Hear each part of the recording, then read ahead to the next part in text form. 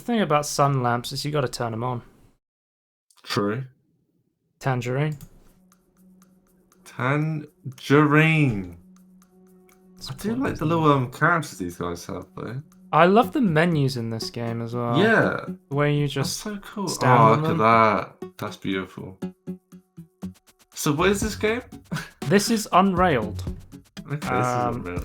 So we talked about the demo festival recently. We'll talk about another demo festival game after this, but this was part of a free weekend that came like just before the demo festival. That's dinosaur. Okay, yeah.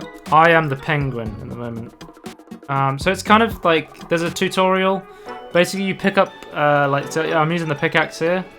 Yeah. To like cut down the blocks. This was something that confused me at first. You don't actually press the button. It like auto mines for you when you're stood next to it. That was something that took a little bit in getting used to. Because pressing the button again drops the item. Okay, right. But basically, the premise of this game is the train is always moving, and the train will crash if it doesn't have a track to go on. So your objective is you have to keep building tracks for the train so it can get to the station. And every new level brings new challenges, and it's on like an endless mode that we're playing on at the moment. Are you trying to get the secret there? Yeah, so oh god, our train's on fire. I didn't understand how the bucket mechanic worked in the beginning, but basically what you want to do is there's a cooler on your train, and you want to keep that from overheating. You can see it turns from blue to like pink. And if your train's on fire, you can't use any of the components, which means you can't build rails. So you've got to be really careful with the cooling on the train. With the zigzaggy rails? We're trying to slow it down so we have more time. So that's there's. Does that work? Yeah. It lets us build more rails. I mean, you can How build. is slowing it down though? Because it has to go further. But surely you have the same number of rails you could place. Well, we have enough rails, but we're using the extra time to mine out more stuff and find secrets. Right, but it's still going to take the same amount of time to go across the same... It's the same length of rail, though. What do you mean? Well, you've got X number of rails to place. You curving round is the same... It's still going around the same number of rails at the same exact time. I don't see how this is taking longer. It's taking longer across... Yeah, that's what I'm left saying. to right. That's what I'm saying. How is that useful, though? Because it means we can get more stuff. Anyway, are you locked out from getting stuff from the left if it goes too far to the right? Yes, you are. That's a big thing about the game. Okay. Is if you leave something on the left side of the screen, eventually it will disappear. So you've got to be really careful with picking up stuff and bringing it across. So you go back to the bolt point. The reason I got the bolt was because after every single level, you get one bolt for completing the level. You get bolts for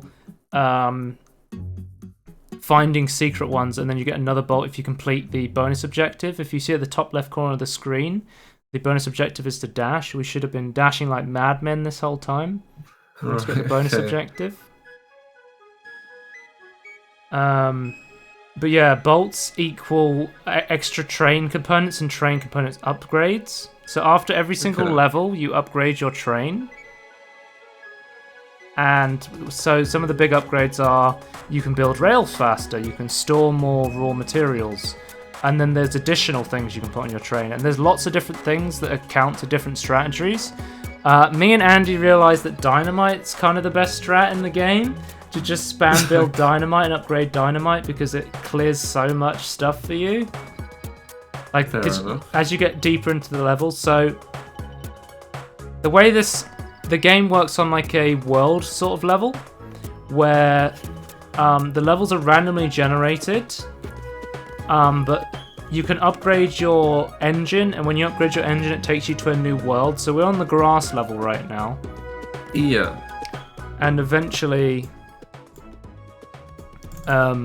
you can upgrade your engine, it will take you to the desert level. And the desert level has like less water, obviously, because you're in a desert. So it like changes how you play the game. You'll get introduced to camels, and then you'll be like, well, why do you want to upgrade your engine? because that makes the game harder. When you upgrade your engine, it slows down the train. It's kind of counterproductive, but that's how it works. So upgrading your engine slows down the train. So eventually you will have to upgrade your engine. So you kind of want to balance between upgrading your train enough that you can deal with the next challenge and then unlocking the next area sort of thing. Like, this is a really fun, like, couch co-op game that you can play with other people, but what makes it great is there's so much depth and strategy inside of it that I just think this is one of the best, like, multiplayer, like, co-op games on Steam right now. This game it's got the good balance of easy to pick up, but nuanced enough where you can like get some really cool strats from it. This game hard is to master, freaking sick, and I think my brother must have thought it was really good as well, because I saw after the free weekend he purchased the game, so I was like, well, oh right, I don't have to purchase this game anymore because I've got Steam Family Sharing. So what we want to do here is we want to try and just mine as much resources as possible, because we can take these over to the next station, and as soon as you complete the rails, it makes the train go really fast, and he goes into the station, and that ends the level. So here we're like we're just mining as many resources as we can. Can you get more carts to your train? Yes. So okay, that's good. I talked about upgrades. So that's another thing with engines is you have a limited amount of carts on your train. Yeah. But when you get a new engine, as well as slowing the train down, it lets you add more carts onto your train. Okay, nice. So this is the end of the level, so you get to see what upgrades we're doing. So this is how you do it. So you have so we have 4 out of 5, so we can put a new wagon on, or we can do an upgrade.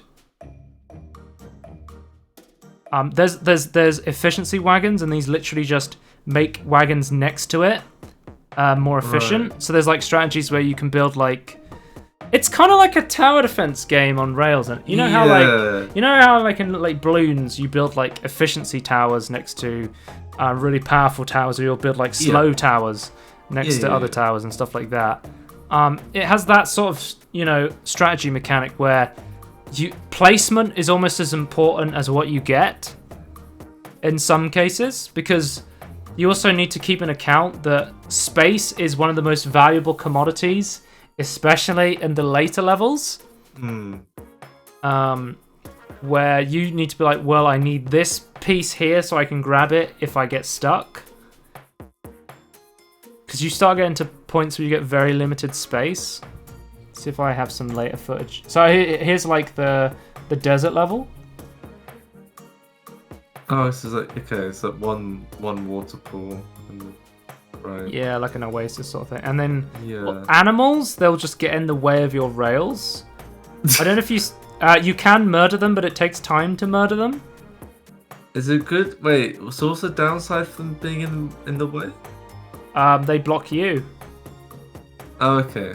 They don't block the train, though. You can. There's 2 ways to deal with animals. You can pick them up and move them, but it requires you to have empty hands, or you can like murder them, but it takes a while to kill them. And then there's like more aggressive enemies. So I think in the earlier recording, I don't know if you saw it, but there was these robbers, and what robbers will do is they will, if you let them out of their area. So it's important to choose where you dig, because sometimes digging through a rock will unleash enemies onto the area that you're trying to build, and some of them will be like camels and they'll get in the way, and then some of them are robbers where they will pick up your items and then move them away. Right.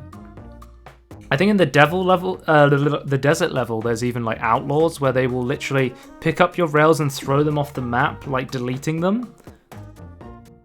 Right, okay. So like there is like a really cool difficulty scaling to this game where it starts off very simple and relaxed, and then you're going, I'm cutting down the fucking trees, we need more rocks. It's got that overcooked element where it can get very hectic. So can you build the track, or can you? I guess that you can build the track from, but can you like lock yourself in and you can't get to the stage? Yes, you can. You can soft lock yourself in this game. Yeah. So you've got to be really careful on some points. But I think me and Charlie here, we're playing with random people on multiplayer. We did eventually play with other friends But I think this is just when we just wanted to try playing it with 4 people, and we weren't sure what to build, but they were like, no, we need to build this, and they were kind of showing us how to play. I think we wanted bigger water, because there are points in the desert where you just have no water, so it's very, very important to keep your cooling going, because I think the upgrade increases your cooling time by 30 seconds. There's this called like a emote wheel where you can like communicate with people you randomly meet online, which I quite like. Yeah, that's cool. Another cool Is there the BM emote though? Yeah, there's BM emotes. That's my main. That's flamingos. There's like so many different like. There's not just like simple train types. There's so many I could talk about. There's like a ghost one where it makes it so you can. It ghosts that part of the cart, so if you get stuck, you can walk through it. And then if you upgrade it, it then makes neighboring carts ghost through as well.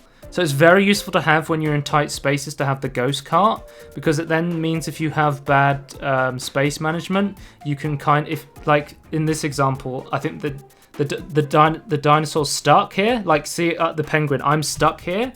And because we did a bad track here, so if we had a ghost cart here, we'd be able to just walk through the ghost cart, and we'd be able to solve that issue that way. There's the... Okay, so the train... Right, you can't even squeeze diagonally. Yeah. Okay, right. You have to wait for the problem to go through, which is why like space does become quite a big issue. Yeah. So I was talking about the TNT is very, very useful. I think we go TNT strat like... We go TNT strat here. Oh, so there's one where you charge into it to build it up, and then once per game you can push a button which will stop your cart for a small amount of time, which is quite useful if you get in trouble and you're like, oh shit, we really need rails, let's push that button and then build some rails and help us get back on track. The thing about Unrailed is it's not on rails. It's not on rails. It looks like it's on rails to me. Okay. There's a bucket charger which is very useful because you put the bucket in the bucket of water in there, and then when somebody picks it up and they stand next to someone who's mining or cutting down things, it supercharges them, which increases their mining speed and their cutting speed. But it also has the added benefit of you can store the bucket on the train, which means you don't have to keep running and picking up a bucket. I think the bucket upgrade is very, very strong in that regard. So there we are charging up the button, and we're pressing it so we got some extra time. So this is the endless mode. This is basically the main game mode of Unrailed. It has like I kind of wish there was more of like a natural. I guess there was more of like a structured story mode, but I guess like there is kind of a campaign mode where you kind of naturally go through the worlds in endless mode. We did play the other modes are there's so this can be quite long, but there is a mode you can play that's just one level, and then you scale the difficulty. And it'll start off like a very easy level you can play in a couple of minutes. Or there's like, we tried playing the one level scenario on hard, and it's basically like an entire forest full of mountains that you have to cut through, and if your space management's not good, you will just fail, that sort of thing. Like it has very good like difficulty scaling on it, so if you really want a quick challenge, you can get it on that mode. There is a PvP mode as well, where you can go into 2 teams and there are 2 trains? Yeah, so there's 2 trains, okay, right, and then you can spend resources. One of them will shoot cannonballs at the enemies, killing them, and then one will shoot a cannonball at the enemy's train, speeding it up. Pirate training. Yeah, so it depends whether you're like, if I kill them here and they have to respawn, it's really going to fuck with them, or you can choose between, hey, I'm going to spend some resources on shooting their train and making it speed up because they're in a really critical spot here, and speeding up their train could really fuck them here and force them to crash. That's pretty fun, actually. Yeah, this game is like, it's still early access, and I think it came out in 2020. This game, and it's like it's not. What do they want to add, or what do they want to? I guess more polish? levels. I guess Okay, maybe I some guess more you don't think it's but I supposed to think be like levels. at this point, I would highly recommend anyone to just buy Unrailed in its current state. I think Yeah. it is a fantastic co-op game. Like, if you can get some friends together to play Unrailed, it's a very, very good experience because not only is it very easy to pick up for like a small group of people, it also has insanely fun depth to the game. Once you start messing around with different train combinations. Yeah, definitely Yeah, check out I'm curious to Unrailed. know how that works. And then let's move on to the demo festival. Here we have Oh god. um, here we have a little golf journey. And as we talked about in the podcast, I said, "Hey, I can't talk about this game yet because I have footage of it and I played it, but we don't have the Tangerine out for it yet. But now we can." Teams, not I was going to say Team 17. Ukulele Publishing is publishing this game. This This is is great though. This is a very relaxing golf game. Oh! So this is based on a very popular mobile game called OK Golf. And I think the original title for this game was OK Golf HD. Okay, right. And I think it's been renamed from what I can tell to a little golf journey. And there's a lot of great things about this game. I would say it's like a zen golf game in a lot of ways. It's like a very relaxing golf game. Obviously, it has like the mechanic of you shoot the ball actually into the air, which is something you don't do in a putting game like Golf with Your Friends or Golf It, for example. Yeah,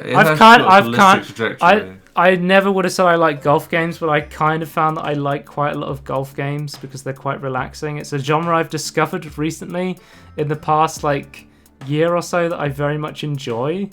I think next up, Real Golf. Yeah.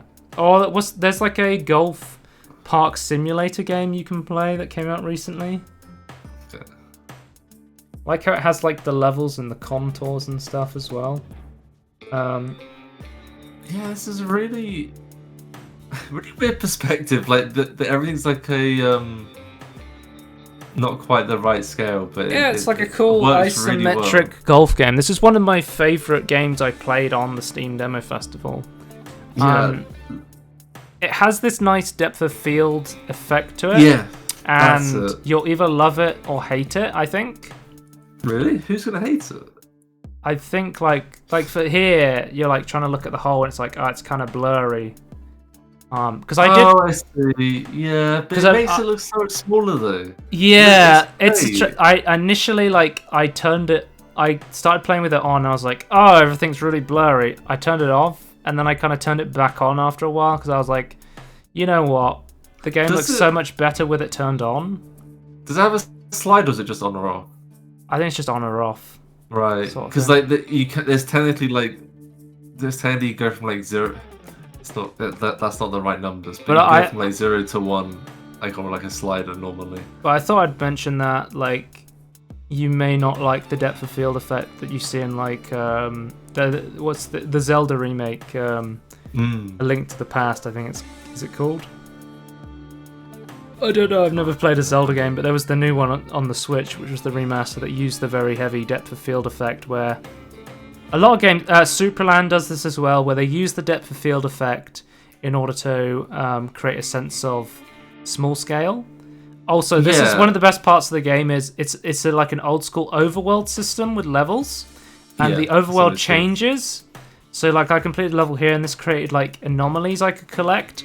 There was so much content in this demo. I was like blown away. I was like, I can't wait for the full game because I spent like hours playing this, just unlocking all of the secrets. Just the demo.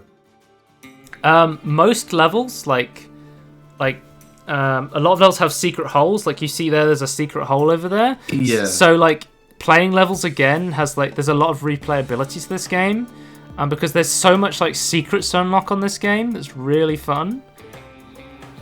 I said the UI is really quite nice as well. Yeah. Like I quite like the countdown of the stars. Like it's like really obvious what you need to do.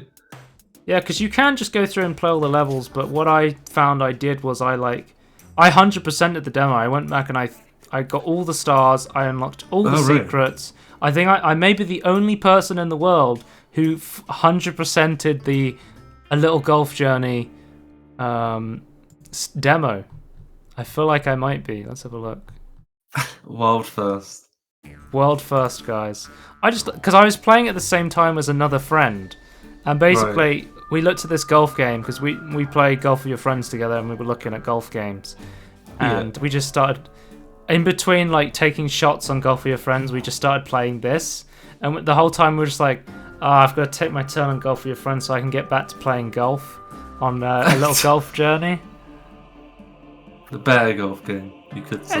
It's just a very like cool, relaxing golf game, and there's a lot of content inside.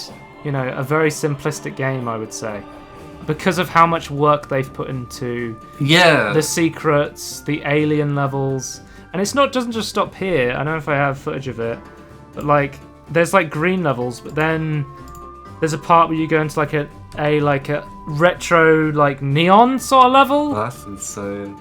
Okay. And there's like a route where you can get a hole in one on this level, which is really cool. I fucking love this level. And then like you go from this the simple green levels and the retro like arcade levels. There's like Zen Garden levels which look gorgeous. Like the Sakura blossoms. It's just freaking sick.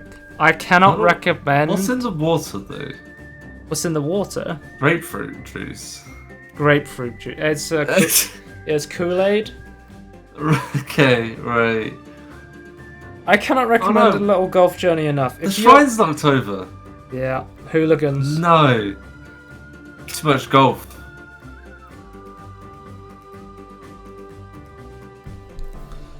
This is one of the things I enjoyed most about the demo festival was A Little Golf Journey. It was something I did not expect to be like play like 100% of the demo just for more content, because I had so much fun playing it and I cannot wait for the full release.